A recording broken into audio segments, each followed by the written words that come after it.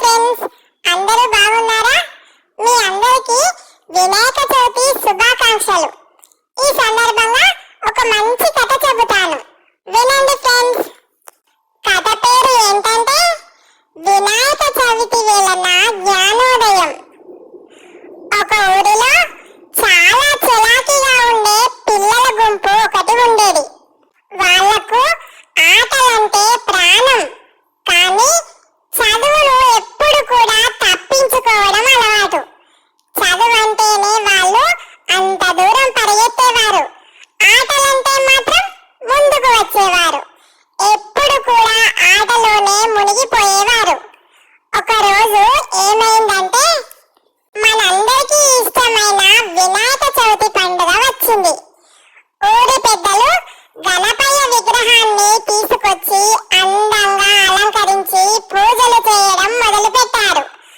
ఆ పిల్లలు కూడా ఉత్సాహంగా పూలు, ఆకులు, పండ్లు అన్నీ తెస్తూ పెద్దవారికి సహాయం చేశారు.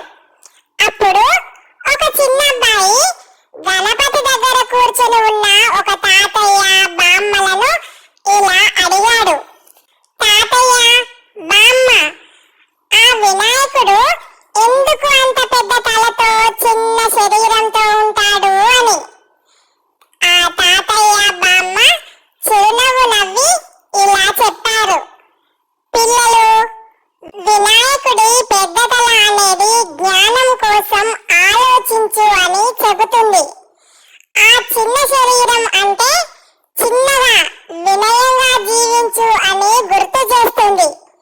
ఆ చెవులు పెద్దవిగా ఉన్నాయి కాబట్టి మంచి మాటలను ఎక్కువగా విని చెడు మాటలను వదిలివేయాలి అని నేర్పుతాయి అని ఆ తాతయ్య, బామ్మ ఇద్దరు కూడా ఒకే విధంగా చెప్పారు. పిల్లలందరూ ఆశ్చర్యంగా విన్నారు. తాతయ్య, బామ్మ ఇంకొకటి కూడా చెప్పారు. అది ఏంటంటే, మీరు ఆటలు బాగానే ఆడుతున్నారు, కానీ చదువును మర్చిపోకూడదు. జ్ఞానం ఉంటేనే మీరు జీవితంలో పెద్దవాళ్ళవుతారు అని కూడా చెప్పారు.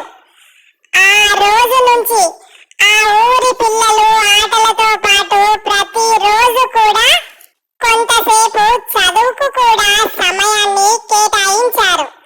వాళ్ళలో ఎప్పుడైనా ఒకరు మరచిపోతే వారి స్నేహితులే